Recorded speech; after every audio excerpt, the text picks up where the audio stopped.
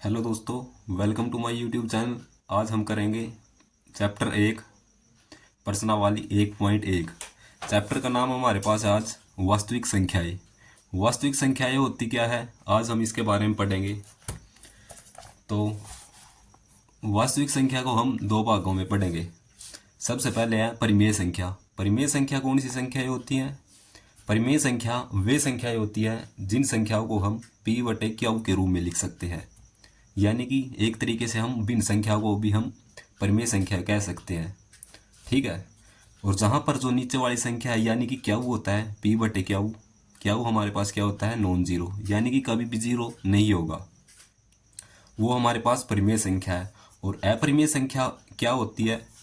अपरिमेय संख्या को हम वर्गमूल के अंदर हमारे पास क्या होती है अभाज्य संख्या, तो वो हमारे पास क्या होती है अपरिमेय संख्या। जैसे कि वर्गमूल 2, वर्गमूल 3 और ये पाई भी हमारे पास क्या होती है अपरिमेय संख्या। बहुत ऐसी हमारे पास बहुत सारी संख्याएं होती है जिनको हम क्या बोलते हैं परिमेय संख्या और अपरिमेय संख्या। ठीक है। फिर परिमेय संख्या के अंदर हम किन किन संख्याओं को पढ़ते हैं?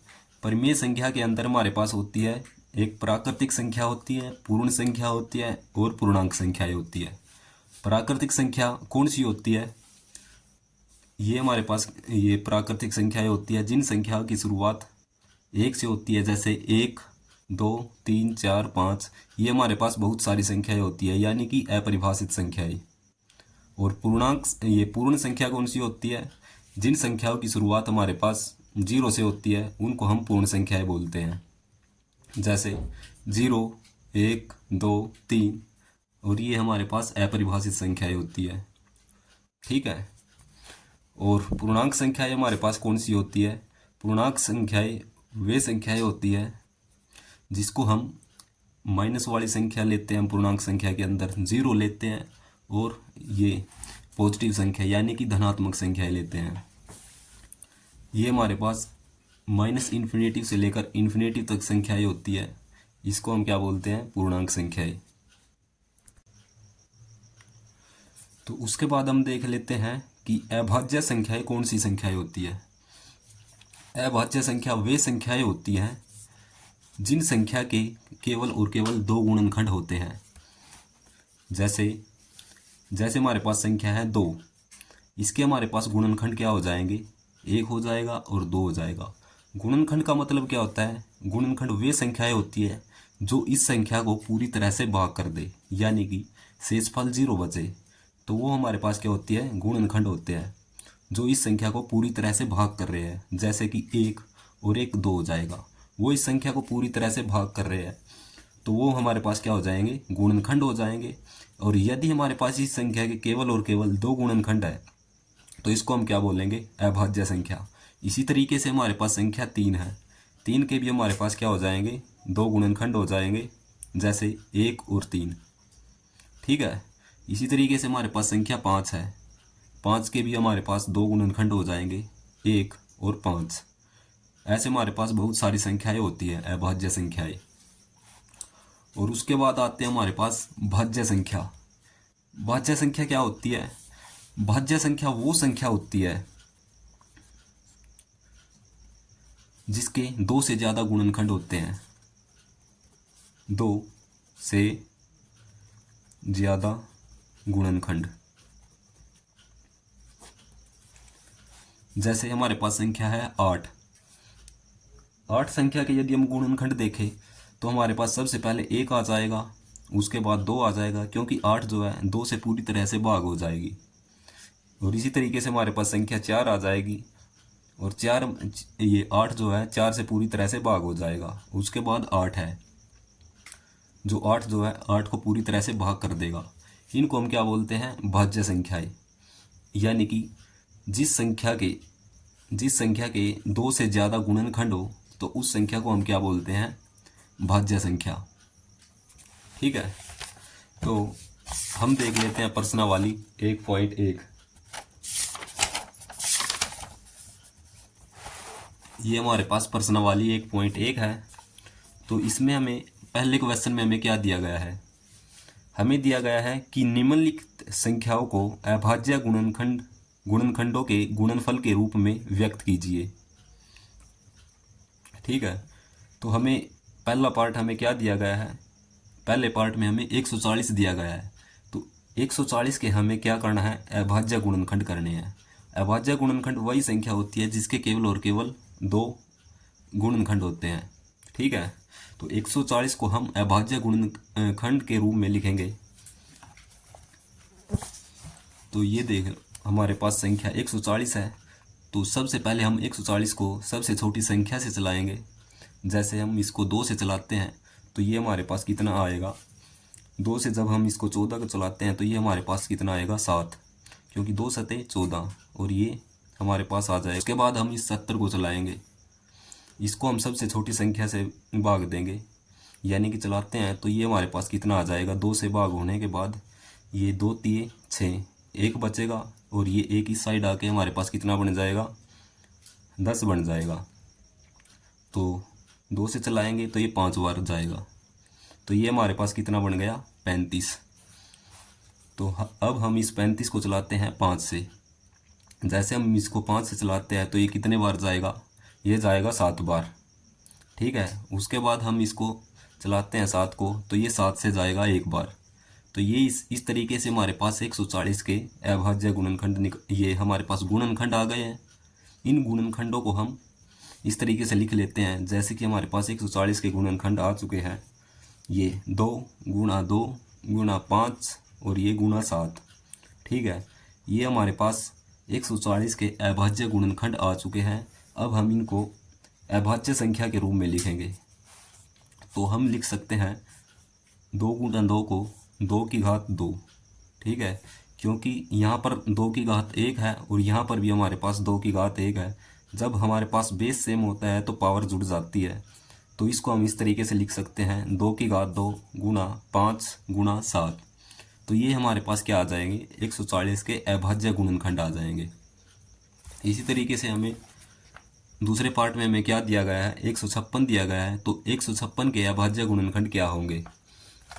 तो सबसे पहले हम 156 के जब हम गुणनखंड निकालते हैं तो हम सबसे पहले 156 को 2 से चलाते हैं तो ये हमारे पास कितने बार जाएगा, 2 सत्ते 14, 1 बचेगा तो ये हमारे पास कितना बन जाएगा, 16 बन जाएगा। तो जब हम इस 16 को 2 से चलाते हैं तो ये 8 बार जाता है। ठीक है, तो ये हमारे पास 78 आ गया। अब हम इसको दोबारा से 2 से चलाएंगे तो ये हमारे पास आ जाएगा 2 तिये 6, 1 बचेगा, 1 यहाँ पर आके ये इसको 18 बना देगा। तो हम 18 को 2 से चलाएंगे तो ये 9 बार जाएगा। तो ये हमारे पास ये बन गया 39। अब हम इस 39 को 3 से चलाएंगे तो ये हमारे पास चलेगा 3 एकम 3 और 3 तिये 9। उसके बाद ये हमारे पास 13 आ गया। अब हम इस 13 को 13 से चलाएंगे तो ये 1 बार जाएगा। तो इस तरीके से हमारे पास 156 के ये गुणनखंड आ चुके हैं, ये 2 गुणा 2 गुणा 3 गुणा 13। तो ये हमारे पास इसके गुणनखंड आ चुके हैं 156 के। तो जैसे हम इसको अभाज्य गुणनखंड के रूप में लिखते हैं तो ये 2 गुणा 2 को हम लिख सकते हैं 2 की घात 2, ये हमारे पास एक अभाज्य गुणनखंड हो जाएगा। उसके बाद गुणा 3 गुणा 13, तो ये हमारे पास क्या आ चुके हैं, 156 के अभाज्य गुणनखंड। ठीक है, तो तीसरे पार्ट में हमें क्या दिया गया है, 3825 दिया गया है। तो इसके हमारे पास अभाज्य गुणनखंड क्या होंगे। तो जैसे हम इसको सबसे पहले छोटी संख्या पे चलाएंगे तो हम इसको 3 से चलाएंगे तो ये 3 एकम 3 और ये 3 दूनी 6, तो ये 2 बचेगा, 2 इस साइड आके ये बन जाएगा 22। तो जैसे हम इसको 3 से चलाएंगे तो ये 7 बार जाएगा, 3 सते 21 और 1 बचेगा, 1 इस साइड आएगा तो ये 15 बन जाएगा। जैसे हम इसको 15 को 3 से चलाएंगे तो ये 5 बार जाएगा। ठीक है, उसके बाद हम इसको ये सबसे छोटी संख्या है चलाएंगे तो ये 3 पे जाएगा, 3 चौके 12 और ये 3 दूनी 6, 1 बचेगा तो ये 15 बन जाएगा, ये 3 पंजे 15, ये हमारे पास 425 आ चुका है। उसके बाद हम देखते हैं कि ये कितने पे जाएगा, ये ना तो 2 पे जाएगा ना 3 पे, तो ये जाएगा 5 पे। ठीक है, तो ये आ जाएगा 5 अठे 40। ये 2 बचेगा, 2 इस साइड आके ये 25 बन जाएगा। तो जैसे हम इसको 5 से चलाएंगे 5 बार जाएगा, क्योंकि 5 गुणा 5 हमारे पास 25 होता है। तो ये हमारे पास 85 बन चुका है। अब हम इसको 5 से चलाएंगे तो ये 5 एकम 5 और ये 3 इस साइड आ जाएगा, तो ये 35 बनेगा। तो ये 5 सते 35, ये हमारे पास 17 आ चुका है। उसके बाद हम 17 को 17 से ही चलाएंगे, क्योंकि 17 एकम 17। तो ये हमारे पास 3825 के हमारे पास गुणनखंड आ चुके हैं। 3 गुणा 3 गुणा 5 गुणा 17। तो हम इन गुणनखंडों को अभाज्य गुणनखंड के रूप में लिखेंगे।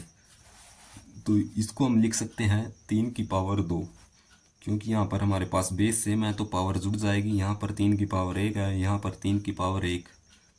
पावर का मतलब घात होता है।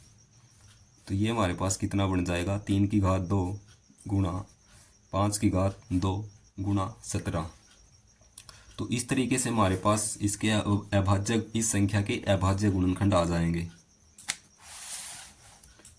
और अगले पार्ट में हमें क्या दिया गया है, 5005 दिया है। तो इसके हमारे पास अभाज्य गुणनखंड के रूप में हम इसको लिखेंगे। तो सबसे पहले हम इसके गुणनखंड करेंगे। जैसे हम इसके गुणनखंड करेंगे तो ये सबसे पहले 5 पे जाएगा, 5 एकम 5, और ये नहीं चलेगा तो इस वजह से ये 0 ही आ जाएगी, ये 0 और ये 0। उसके बाद हम इसको 5 से चलाएंगे तो 5 एकम 5।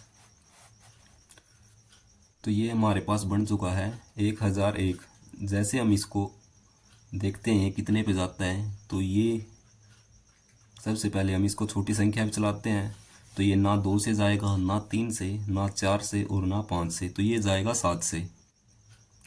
तो जैसे हम इसको 7 से चलाते हैं तो ये 7 एकम 7 और ये 3 बचेगा हमारे पास, ये 3 इस साइड आके ये 30 बन जाएगा। तो अब हम इसको 7 से चलाएंगे तो 4 बार जाएगा, क्योंकि 7 चौके 28। तो ये हमारे पास 2 बचेगा, 2 इस साइड आएगा तो ये 21 बन जाएगा। तो ये 7 ये कितना हो जाएगा, 21। इस तरीके से हम इसको, ये 143 आ चुका है, इसको हम 11 से चलाएंगे। जैसे हम इसको 11 से चलाते हैं तो ये 1 बार जाएगा, क्योंकि 11 एकम 11 और ये हमारे पास 3 बचेगा। 3 बचने के बाद ये हमारे पास 33 बन जाएगा, तो ये 3 बार जाएगा, 11 3 33। तो ये हमारे पास 13 आ चुका है। तो उसके बाद हम इसको 13 पे चलाएंगे तो ये 1 आ जाएगा। तो हमारे पास 5005 के गुणनखंड आ चुके हैं, 5 गुणा 7 गुणा 11 गुणा 13। तो ये हमारे पास हो जाएंगे इसके गुणनखंड। तो ये हमारे पास इसके अभाज्य गुणनखंड भी आ चुके हैं, क्योंकि 5 भी एक अभाज्य संख्या है, 7 भी, और ये 11 और ये 13 हमारे पास क्या है, अभाज्य संख्या है। और हम इसको अभाज्य गुणनखंड के रूप में लिख रहे हैं, तो हमारे पास आ जाएंगे इस संख्या के अभाज्य गुणनखंड। तो उसके बाद हमें संख्या क्या दी गई है, ये 7429 संख्या दी गई है। तो इसके हमारे पास अभाज्य गुणनखंड क्या होंगे। तो सबसे पहले हम इसको 7429 को 17 से चलाएंगे तो ये हमारे पास आ जाएगा 17 दूनी 34, 17 3 17 चौके 68 आ जाएगा, 4 पे जाएगा और ये हमारे पास 6 बचेगा, ये 62 बनेगा। तो ये 3 पे जाएगा, 17 3 51। ठीक है, ये कितना बन जाएगा, 17 3 51, और ये हमारे पास 11 बचेगा, तो ये बनेगा 119। जैसे हम 17 को 7 से चलाते हैं तो 17 7 119, तो ये हमारे पास 7 आ जाएगा। हमारे पास ये संख्या आ चुकी है 437। अब हम इसको 19 पे चलाएंगे। जैसे हम इसको 19 पे चलाते हैं तो ये हमारे पास 2 बार जाएगा, क्योंकि 19 दूनी 38, और ये हमारे पास ये बचेगा 5 यहाँ पर बचने के बाद ये हमारे पास बनेगा 57 बनेगा। तो ये हम इसको 19 से चलाएंगे, 19 3 57, तो ये हमारे पास 23 बच चुका है। तो ये 23 को जैसे हम 1 पे चलाएंगे तो ये आ जाएगा हमारे पास। तो हमारे पास 7429 के ये अभाज्य गुणनखंड आ चुके हैं, 17 गुणा 19 गुणा 23। तो ये हमारे पास अभाज्य गुणनखंड आ चुके हैं इस संख्या के।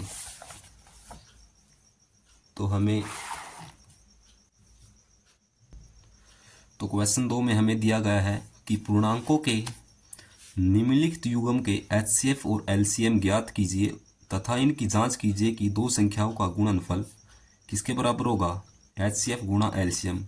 तो हमें ये दो संख्या दी गई है, तो हम इनके सबसे पहले HCF और LCM निकालेंगे। HCF और LCM की सबसे पहले हम इसकी परिभाषा देख लेते हैं कि हमारे पास परिभाषा क्या दी गई है। तो ये हमें दिया गया है, जैसे कि हमारे पास संख्या है 60 और 6 और 20, इसका हमें HCF निकालना है। तो हम क्या करते हैं, सबसे पहले इसकी परिभाषा में हमें दिया गया है कि संख्याओं में प्रत्येक उभयनिष्ठ का मतलब होता है कॉमन वैल्यू, यानी कि संख्या में प्रत्येक जो उभयनिष्ठ यानी कॉमन अभाज्य गुणनखंड की सबसे छोटी घात का गुणनफल, ये हमारे पास होता है HCF। यानी कि जैसे हम 6 के अभाज्य गुणनखंड करेंगे और 20 के अभाज्य गुणनखंड करेंगे, यहाँ पर हमारे पास जो इनके दोनों के अंदर हमारे पास कॉमन वैल्यू होगी, और यानी कि अभाज्य गुणनखंड की जो कॉमन वैल्यू है उसकी हमें सबसे छोटी घात लेनी है। ठीक है, तो वो हमारे पास HCF हो जाएगा। जैसे हम इस 6 के और 20 के अभाज्य गुणनखंड में हम देखते हैं हमारे पास कॉमन वैल्यू एक तो 2 है, तो हमारे पास सिर्फ ये है, 2 ही है हमारे पास कॉमन। ये हमारे पास अभाज्य गुणनखंड है और इसकी सबसे छोटी घात हमारे पास कितनी है, यहाँ पर 2 की घात 1 है और यहाँ पर ये 2 की घात 2 हो जाएगी। तो हमें छोटी वैल्यू लेनी है, तो हमारे पास आ जाएगा 2। तो HCF देखते हैं, जो कॉमन वैल्यू होती है अभाज्य गुणनखंड की और सबसे छोटी घात, वो हमारे पास HCF होता है। तो 6-20 का हमारे पास HCF क्या आ जाएगा, 2। और LCM क्या होता है, LCM यानी कि जो हमें संख्या दी गई है वहाँ पर प्रत्येक अभाज्य गुणनखंड की सबसे बड़ी घात, 6-20 की हमारे पास सबसे बड़ी घात देख लेते हैं हमारे पास क्या है। यहाँ पर हमें कॉमन वैल्यू नहीं देखनी है, सिर्फ ये देखना है कि अभाज्य गुणनखंड की सबसे बड़ी घात कौन सी है। तो यहाँ पर दोनों के अंदर हमारे पास जो 2 की सबसे बड़ी घात तो 2 है, तो हमारे पास एक तो 2 की घात 2 हो जाएगा और एक हमारे पास हो जाएगा 3 की घात 1 और ये 5 की घात 1। तो ये हमारे पास LCM हो जाएगा। तो ये रहा हमारे पास 6 और 20 का LCM। तो जैसे हम इनकी गुणा करते हैं तो हमारे पास LCM आ जाएगा। ये हमारे पास LCM होता है। और एक यहाँ पर हमें एक इम्पोर्टेंट फार्मूला दिया गया है, इस फार्मूले का यूज़ हम आगे क्वेश्चंस में करेंगे। ये HCF गुणा LCM किसके बराबर होता है, दो संख्याओं के गुणनफल के। यानी कि ये दिया है हमें, दो संख्याओं का गुणनफल किसके बराबर है, HCF गुणा LCM। तो सबसे पहले हमें ये दिया है 26 और 91, संख्या 26 और 91 दी गई है, इसके हम HCF निकाल लेंगे और LCM निकाल लेंगे। तो सबसे पहले हम संख्या 26 के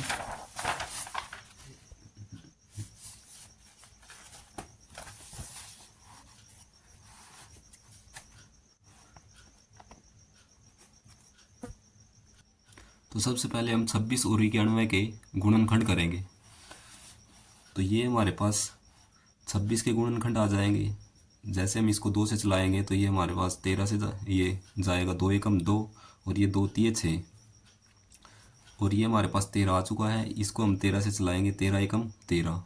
तो ये हमारे पास 26 के गुणनखंड आ जाएंगे और 91 के गुणनखंड हमारे पास क्या होंगे। सबसे पहले हम इसको 7 से चलाएंगे तो 7 एकम 7, ये 2 इस साइड आके 21 बनेगा, तो ये 7 तिये 21। तो ये 13 से एक बार जाएगा तो ये हमारे पास 13 ये 1 हो जाएगा। तो ये हमारे पास 26 के और 91 के हमारे पास गुणनखंड आ चुके हैं। 26 के गुणनखंड हमारे पास क्या होंगे, 2 गुणा 13 और 91 के गुणनखंड हमारे पास क्या होंगे, 7 गुणा 13। तो HCF हमारे पास क्या होता है, HCF यानी कि जो हमें संख्या दी गई है उसके अंदर जो कॉमन वैल्यू होती है, यानी कि उभयनिष्ठ अभाज्य गुणनखंड की सबसे छोटी घात, वो हमारे पास क्या होता है, HCF होता है। तो ये हमारे पास क्या है, कॉमन है और अभाज्य गुणनखंड की सबसे छोटी घात है, तो वही हमारे पास HCF होता है। तो जो हमारे पास कॉमन वैल्यू होगी उसके ऊपर हम गोलधारा लगाएंगे। तो ये HCF को निकालने का एक तरीका है। तो हमारे पास HCF आ जाएगा 13। और LCM क्या होता है? LCM यानी कि जो अभाज्य संख्या की सबसे बड़ी घात होती है उनका गुणनफल हमारे पास क्या होता है? LCM। तो ये 2 की सबसे बड़ी घात हमारे पास ये है, 2 की पावर 2 की घात 1, और 13 की सबसे बड़ी घात हमारे पास 1 है, यानी कि 13 की घात 1, और ये गुणा में 7 आ जाएगा। तो ये हमारे पास क्या हो जाएगा? LCM हो जाएगा। जैसे हम इसकी गुणा करते हैं, 2 की गुणा 13 के साथ करेंगे 26, और 26 की गुणा हम 7 के साथ करेंगे तो ये 182 आ जाएगा। तो ये हमारा HCF और LCM आ चुका है। तो जांच करने के लिए हमें एक फार्मूला दिया गया है कि दो संख्याओं का गुणनफल, यानी कि हमारे पास संख्या कौन कौन सी है? 26 और 91।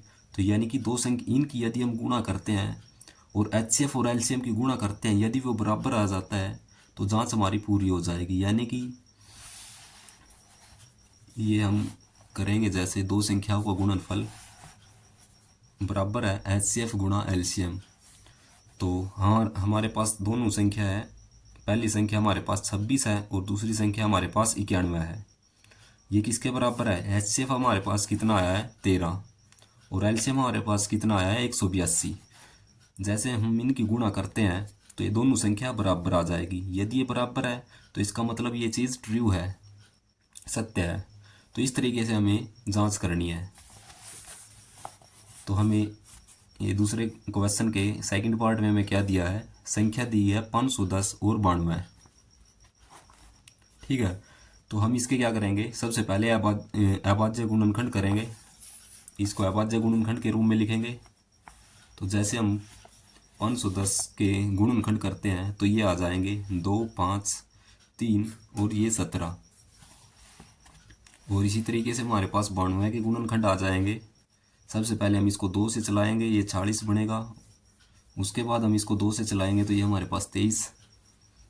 जैसे हम इसको 23 से चलाते हैं तो एक बार जाएगा। तो हमारे पास 510 के और 92 के गुणनखंड आ चुके हैं। ये 510 के हमारे पास गुणनखंड है 2 गुणा 5 गुणा 3 गुणा 17। तो ये हमारे पास क्या आ चुके हैं? 510 के अभाज्य गुणनखंड।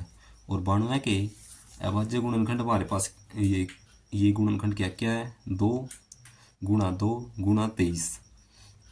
तो HCF हमारे पास क्या होता है? यानी कि जो यानी कि संख्याओं में जो उभयनिष्ठ अभाज्य गुणनखंड की सबसे छोटी घात, वो हमारे पास क्या होता है? HCF। यानी कि ये हमारे पास क्या है? कॉमन वैल्यू है। इसके सिवा हमारे पास और कोई कॉमन वैल्यू नहीं है, उसके ऊपर हम गोलधारा लगाएंगे। ठीक है, क्योंकि ये 2 की सबसे छोटी घात है और कॉमन भी है, तो हमारे पास HCF हो जाएगा 2। और LCM हमारे पास क्या आएगा? LCM होता है संख्या की प्रत्येक अभाज्य गुणनखंड की सबसे बड़ी घात का गुणनफल। तो हमारे पास यहाँ पर 92 के अंदर जो हमारे पास ये 2 अभाज्य गुणनखंड है, इसकी सबसे बड़ी घात हमारे पास कितनी हो जाएगी? 2। ठीक है, तो ये गुणा 1, 2 गुणा 2 की घात 2 गुणा 23, और ये उसके बाद हमारे पास ये 5 है और ये 3 और ये 17। तो 5 की सबसे बड़ी घात हमारे पास 1 है, और 3 की सबसे बड़ी घात हमारे पास 3 की घात 1, और 17 की सबसे बड़ी घात हमारे पास 1 है। तो ये हमारे पास LCM आ जाएगा 2 की घात 2 गुणा 5 गुणा 3 गुणा 17 गुणा 23। तो LCM हमारे पास आ जाएगा 23,460। जैसे हम इसकी जांच करते हैं, जांच के लिए हमारे पास ये दिया गया है कि दो संख्याओं का गुणनफल किसके बराबर होगा? HCF गुणा LCM के। तो दोनों संख्या हमारे पास क्या क्या है? पहली संख्या हमारे पास 510 है और दूसरी संख्या हमारे पास 92 है। ये किसके बराबर हो जाएगी? HCF गुणा LCM। तो HCF हमारे पास 2 आया है और LCM हमारे पास आया है 23,460। जैसे हम इसकी आपस में गुणा करते हैं, 510 की गुणा 92 के साथ करेंगे तो ये आ जाएगा 46,920, और 2 की गुणा 23,460 के साथ करेंगे तो हमारे पास 46,920 आ जाएगा। यानी कि ये दोनों संख्या आपस में बराबर आ गई। तो इसका मतलब ये ट्रू है कि ये,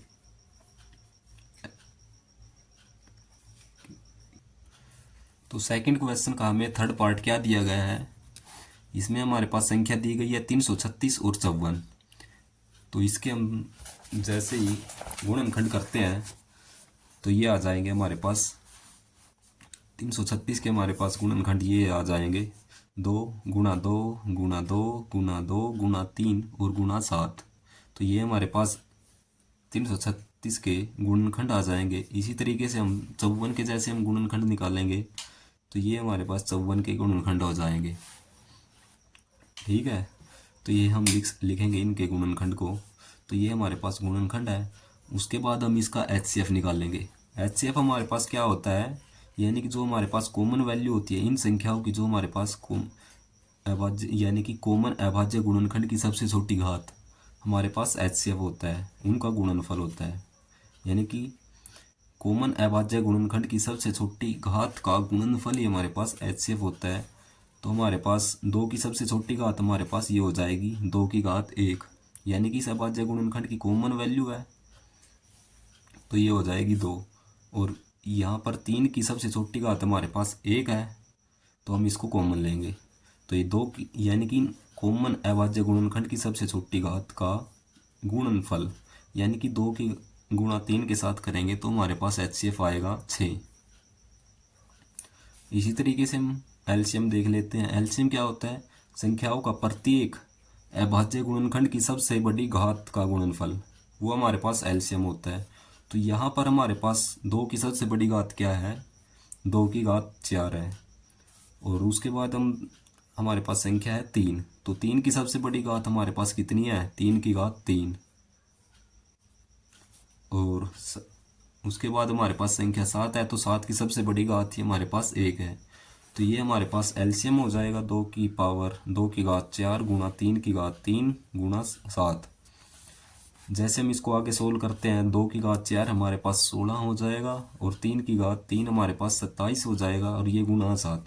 जैसे हम इसकी आपस में गुणा करते हैं तो हमारे पास कितना बनेगा, ये बन जाएगा 3024।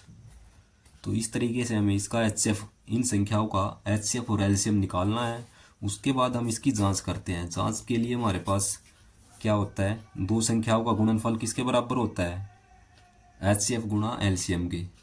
तो दो संख्या हमारे पास ये है 300, पहली संख्या हमारे पास 336 है और दूसरी संख्या हमारे पास 54 है। तो ये किसके बराबर हो जाएगा, HCF हमारे पास 6 आया है और LCM हमारे पास 3024 आया है। तो जैसे हम इसकी गुणा करते हैं तो ये दोनों आपस में बराबर हो जाएंगे। ठीक है, तो हमें ये बराबरी दिखाने थे। उसके बाद हमें ये क्वेश्चन नंबर 3 में हमें क्या दिया है कि अभाज्य गुणनखंड विधि द्वारा निम्नलिखित पूर्णांकों के HCF तथा LCM ज्ञात कीजिए। तो हमें ये संख्या दी है 12, 15 और 21। इनके हम क्या करेंगे, ये गुणनखंड करेंगे, उसके अभाज्य गुणनखंड, उसके बाद हम उनके अभाज्य गुणनखंड करेंगे। अभाज्य गुणनखंड विधि द्वारा हम उसके HCF निकालेंगे और LCM निकालेंगे। ऐसा ही हमने दूसरे क्वेश्चन में भी किया है। तो हम देख लेते हैं कि सबसे पहले 12 का, 15 का और 21 का ये गुणनखंड क्या होंगे। तो ये हमारे पास 12 के गुणनखंड हो जाएंगे हमारे पास, सबसे पहले हम इसको 2 से चलाएंगे 6 बार, और ये उसके बाद 6 को चलाएंगे 2 से तो ये 3 बार जाएगा। उसके बाद 3 को चलाएंगे 3 से तो ये 1 बार जाएगा। तो ये हमारे पास 12 के गुणनखंड, ये गुणनखंड हो जाएंगे। उसी तरीके से हम 15 के गुणनखंड निकालेंगे। 15 के गुणनखंड हमारे पास 3 और 5 हो जाएगा। उसी तरीके से हम 21 के गुणनखंड निकालते हैं तो सबसे पहले 3 पे जाएगा, कितने में, 3 पे 7 बार। अब हम इस 7 को 7 से चलाएंगे तो 1 बार जाएगा। तो ये हमारे पास जो ये गुणनखंड आए हैं 12, 15 और 21 को, हम इनको इस तरीके से लिखेंगे। तो 12, 15 और 21 के हमारे पास ये गुणनखंड आ चुके हैं। तो HCF हमारे पास क्या होता है, HCF होता है यानी कि संख्याओं के उभयनिष्ठ यानी कि कॉमन अभाज्य गुणनखंड की सबसे छोटी घात हमारे पास कितनी है, 3 की पावर 1 है, क्योंकि यही तीनों संख्याओं में कॉमन है, तो ये हमारे पास हो जाएगी 3 की घात 1। तो HCF हमारे पास 3 आ जाएगा, क्योंकि 2 भी हमारे पास यहाँ पर कॉमन नहीं है, और ना ही 5 और ना ही 7 है। इसी वजह क्योंकि हमारे पास 3 ही कॉमन है, तो HCF हमारे पास कितना आ जाएगा, 3 आ जाएगा। और LCM हमारे पास क्या आएगा, यानी कि संख्याओं में अभाज्य प्रत्येक अभाज्य गुणनखंड, यानी कि ये हमारे प्रत्येक अभाज्य गुणनखंड की सबसे बड़ी घात का गुणनफल हमारे पास क्या होता है, LCM होता है। तो 2 की हमारे पास सबसे बड़ी घात, यानी कि प्रत्येक संख्या में जो अभाज्य गुणनखंड है, ये यहाँ की सबसे बड़ी घात देखते हैं अभाज्य गुणनखंड की। तो 2 की सबसे बड़ी घात हमारे पास कितनी है, 2 हो जाएगी, क्योंकि एक घात ये है एक घात ये है, तो 2 की घात 2। और उसके बाद 3 की सबसे बड़ी घात हमारे पास 3 की घात 1 हो जाएगी, तो ये गुणा 3। और उसके बाद संख्या हमारे पास 5 है, ये 5 की सबसे बड़ी घात 1 है, तो ये गुणा में 5। और 7 ये हो जाएगा गुणा में 7। ठीक है, तो ये हमारे पास जैसे हम इनकी गुणा करते हैं तो एलसीएम हमारे पास कितना आ जाएगा, 420 आ जाएगा। तो हमें इनका एचसीएफ और एलसीएम निकालना था, तो हमारे पास आ चुका है। एचसीएफ हमारे पास 3 आया है और एलसीएम हमारे पास 420 आया है। उसके बाद हमें दूसरे पार्ट में हमें दिया गया संख्या 17, 23 और 29। अभाज्य गुणनखंड विधि द्वारा एचसीएफ और एलसीएम निकालने हैं। तो जैसे हम इसके 17 के और 23 के और 29 के गुणनखंड करते हैं, तो ये हमारे पास ये रहे। 17 को छोटी संख्या से लाएंगे, 2 से 3 से 5 से, इन संख्या से नहीं जाएगा, तो ये 17 से ही जाएगा एक बार। तो 17 के हमारे पास ये गुणनखंड आ जाएंगे 17 गुणा 1, और 23 के हमारे पास गुणनखंड आ जाएंगे 23, ये एक बार जाएगा, 23 एकम 23। इसी तरीके से हमारे पास ये 29 है, 29 भी ये एक बार जाएगा। ठीक है, तो ये हमारे पास 17 के और 23 के और 29 के हमारे पास गुणनखंड आ चुके हैं। हमने इनको लिख लिया, तो एचसीएफ आ गया हमारे पास जो कॉमन वैल्यू है, यानी कि अभाज्य गुणनखंड की जो कॉमन वैल्यू है उसकी सबसे छोटी घात। तो कॉमन वैल्यू हमारे पास 1 है, क्योंकि एक ऐसी संख्या है, एक को यदि हम जिस भी संख्या के साथ गुणा करते हैं तो वही आ जाता है। जैसे हम एक को यदि हम 17 के साथ गुणा करेंगे तो दोबारा से 17 बन जाएगा। यदि एक को हम 0 के साथ गुणा करते हैं तो वही संख्या का मतलब ये 0 ही आ जाएगा, तो ये आ जाएगा हमारे पास। तो एचसीएफ हमारे पास कितना आया, एचसीएफ हमारे पास 1 आ जाएगा। और एलसीएम हमारे पास क्या आएगा, एलसीएम आएगा, यानी कि प्रत्येक जो संख्या का प्रत्येक जो अभाज्य गुणनखंड की सबसे बड़ी घात, यानी कि इनकी आपस में गुणा करेंगे, क्योंकि सबसे बड़ी घात 17 की 1 है और 23 की सबसे बड़ी घात 1 हो जाएगी और 29 की सबसे बड़ी घात 1 हो जाएगी, यानी कि 29 ही। ठीक है, तो जैसे हम इनकी आपस में गुणा करेंगे तो एलसीएम हमारे पास कितना आएगा, 11,339। तो इस तरीके से हम इसके एचसीएफ और एलसीएम निकाल सकते हैं अभाज्य गुणनखंड से। तो तीसरे पार्ट में हमें संख्या दी है 8, 9 और 25। तो सबसे पहले हम इसके क्या करेंगे, अभाज्य गुणनखंड करेंगे। तो 8 के और 9 का और 25 के ये हमारे पास अभाज्य गुणनखंड आएंगे।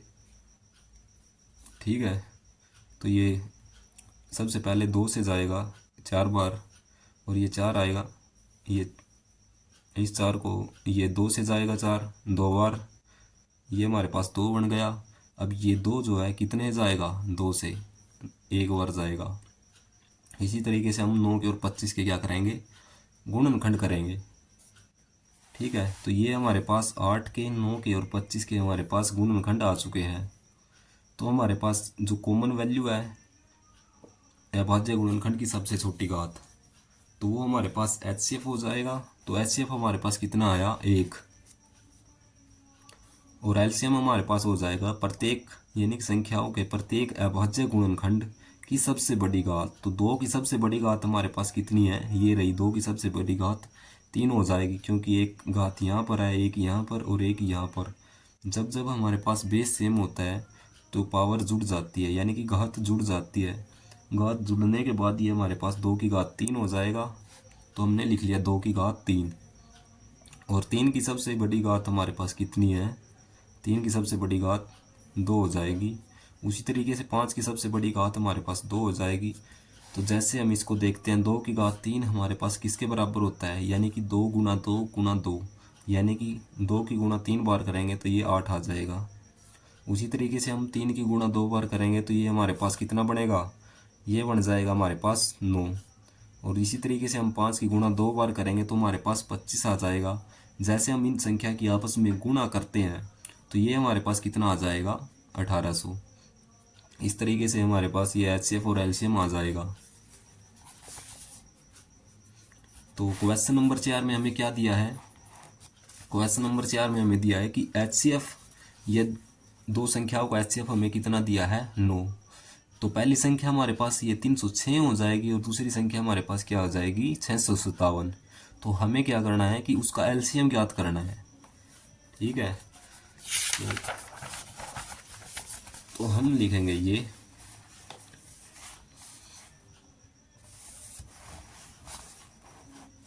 तो पहली संख्या हमारे पास कितनी है? ये पहली संख्या हमारे पास 306 हो जाएगी इसके अंदर से।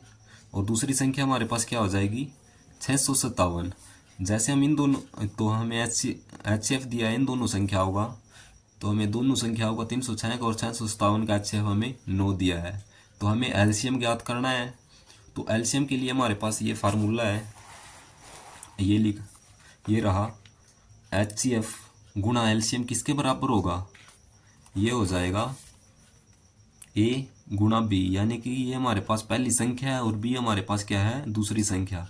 इसने बोला है कि ये दो धनात्मक पूर्णांक है। धनात्मक का मतलब ये प्लस वाली संख्या होती है। पूर्णांक यानी कि पूर्णांक संख्या, जैसे कि ये पॉजिटिव संख्या लेनी है हमें।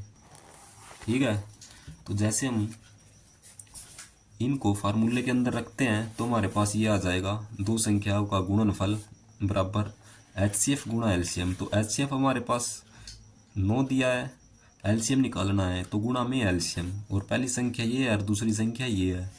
तो जैसे हम इस 9 को दूसरी तरफ लेके आएंगे, क्योंकि ये गुणा में है तो ये दूसरी तरफ आके बट्टे में हो जाएगा।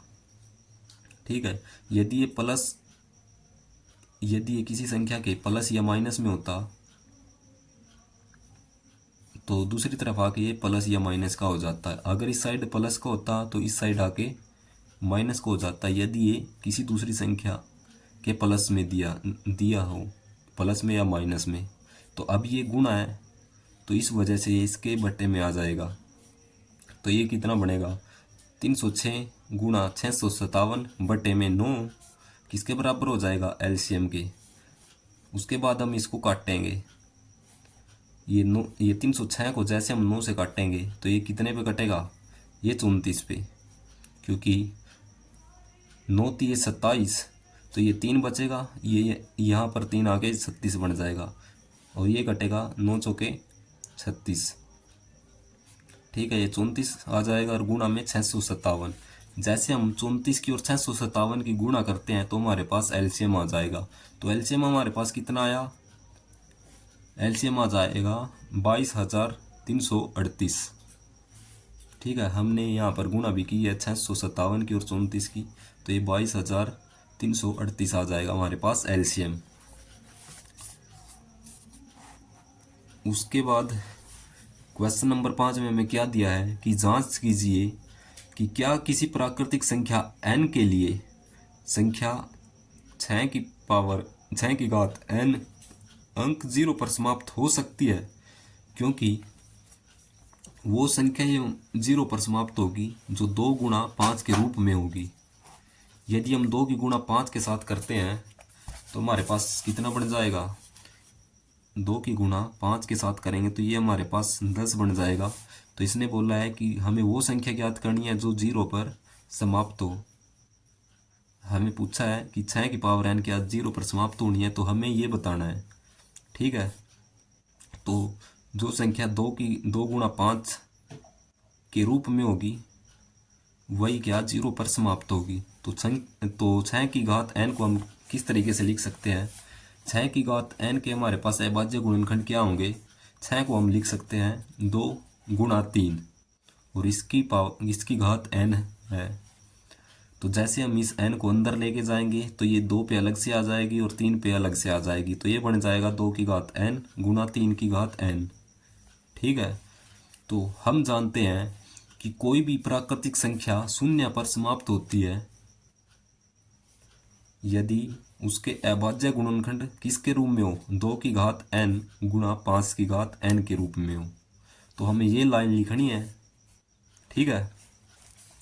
तो हम कह सकते हैं अतः 6 की घात n शून्य पर समाप्त नहीं होगी। क्यों नहीं होगी? क्योंकि वो इस रूप में नहीं है, 2 की घात n और गुणा 5 की घात n के रूप में नहीं है। इस वजह से ये 6 की घात n शून्य पर समाप्त नहीं होगी। तो क्वेश्चन नंबर 6 में हमें क्या दिया है कि व्याख्या कीजिए कि 7 गुणा 11 गुणा 13 प्लस 13 और 7 गुणा 6 गुणा 5 गुणा 4 गुणा 3 गुणा 2 गुणा 1 प्लस 5 भाज्य संख्या क्यों है। हमें ये बताना है कि ये भाज्य संख्या क्यों है। ठीक है। तो सबसे पहले हम इसको देखते हैं कि 7 गुणा 11 गुणा 13 प्लस जो 13 दिया है, तो इसके अंदर से हम क्या चीज़ कॉमन ले सकते हैं। इसके अंदर से हम 13 को कॉमन ले सकते हैं, तो ये 13 हमारे पास बाहर आ जाएगा। तो अंदर हमारे पास कितना बचेगा, अंदर हमारे पास बचेगा 7 गुणा 11 और ये 13 हमारे पास बाहर चला गया तो यहाँ पर 1 हो जाएगा। तो प्लस ये 13 हमारे पास बाहर चला जाएगा तो ये हमारे पास 1 हो जाएगा। ठीक है। तो ये किसके बराबर हो गया, ये 13 और 7 की गुणा यदि हम 11 के साथ करेंगे तो ये स्वतंत्र बन जाएगा प्लस 1। स्वतंत्र प्लस 1 हमारे पास 78 आ गया और ये 13 हमारे पास बाहर था, तो 13 गुणा 78 गुणा 1, तो ये क्या हो जाएगी, एक अभाज्य संख्या हो जाएगी। ठीक है। क्योंकि यदि हम इसकी गुणा करते हैं तो उसके हमारे पास ये अभाज्य गुणनखंड आए, ये गुणनखंड आएंगे। ठीक है। क्योंकि उस संख्या के ये 2 से ज़्यादा गुणनखंड है, तो इस वजह से ये संख्या क्या हो जाएगी, भाज्य संख्या हो जाएगी। उसके बाद हमें ये दिया है कि 7 गुणा 6 गुणा 5 गुणा 4 गुणा 3 गुणा 2 गुणा 1 प्लस 5, ये भी क्या है, भाज्य संख्या है। तो इस संख्या के अंदर से हम क्या चीज़ कॉमन ले सकते हैं, इसके अंदर से हम 5 को कॉमन ले सकते हैं। तो 5 को हमने कॉमन ले लिया तो अंदर हमारे पास कितना बचेगा, 7 बचेगा गुणा 6, ये 5 बाहर चला गया तो ये गुणा 1 हो जाएगा। तो ये गुणा 4, ये गुणा 3 गुणा 2 गुणा 1 और ये 5 बाहर चला गया तो अंदर हमारे पास ये प्लस 1 हो जाएगा। जैसे हम इनकी आपस में गुणा करते हैं तो 6 से 42 और इसकी गुणा करते हैं 4 गुणा 3 गुणा 2, ये हमारे पास 24 हो जाएगा और ये प्लस में 1। अब हम 42 की 24 की गुणा करते हैं तो ये हमारे पास बन जाएगा 1008 और ये प्लस में 1 है तो ये बन जाएगा 1009। तो इस पूरी संख्या को हम क्या लिख सकते हैं, 5 गुणा ये 1009 गुणा 1, यानी कि जो हमारे पास संख्या है उस संख्या के हमारे पास 2 से ज़्यादा गुणनखंड है। पहला गुणनखंड ये रहा, दूसरा ये रहा और तीसरा ये रहा। इस वजह से हम इसको भाज्य संख्या कह सकते हैं। तो हमें यही बताना था, यानी कि व्याख्या करनी थी कि ये भाज्य संख्या क्यों है। तो हमने बता दिया क्योंकि इसके 2 से ज़्यादा गुणनखंड है दोनों के, इस वजह से हम इसको भाज्य संख्या कह सकते हैं। तो क्वेश्चन नंबर 7 में हमें क्या दिया है कि किसी खेल के मैदान के चारों ओर एक वृत्ताकार पथ है। वृत्ताकार मतलब वृत्त के आकार का, पथ का मतलब रास्ता। ठीक है। तो ये हमारे पास एक वृत्ताकार पथ हो जाएगा। ये खेल के मैदान के चारों ओर है वृत्ताकार पथ। इस मैदान का चक्कर लगाने में सोनिया को 18 मिनट लगती है। मान लो कि सोनिया यहाँ पर खड़ी है तो इस मैदान का चक्कर लगाने में सोनिया को कितना टाइम लग रहा है, 18 मिनट। जबकि इसी मैदान का एक चक्कर लगाने में रवि को 12 मिनट लगते हैं। मान लो कि रवि भी यहीं पर खड़ा है तो रवि को इस मैदान का चक्कर लगाने में कितने 12 मिनट लग रही है, सोनिया को 18 मिनट लग रही है। तो आगे क्या दिया है कि मान लीजिए वे दोनों एक ही स्थान और एक ही समय पर चलना प्रारंभ करते हैं। तो माना कि वे दोनों एक ही स्थान पर है और एक ही समय पर यदि वो चलना प्रारंभ करते हैं और एक ही दिशा में चल रहे हैं, तो वो कितने समय बाद वे पुनः प्रारंभिक स्थान पर मिलेंगे। तो हमें ये बताना है कि यदि वे दोनों इस यहाँ से एक ही स्थान से और एक ही समय और एक ही दिशा में यदि वो दोनों एक साथ चलना शुरू करते हैं, तो वो कितने समय बाद दोबारा वापस यहाँ पर मिलेंगे, हमें ये बताना है। तो सबसे पहले हम लिखेंगे कि एक चक्कर लगाने में सोनिया को 18 मिनट लगते हैं, ठीक है, और रवि को एक चक्कर लगाने में 12 मिनट लगते हैं। तो जैसे हम इसके जो 18 और 12 मिनट समय लग रहा है उसका यदि हम एलसीएम निकाल देते हैं, तो वो क्या आ जाएगा, वो स्थिति आ जाएगी जहाँ पर वे दोबारा प्रारंभिक स्थान पर मिल रहे हैं, ठीक है।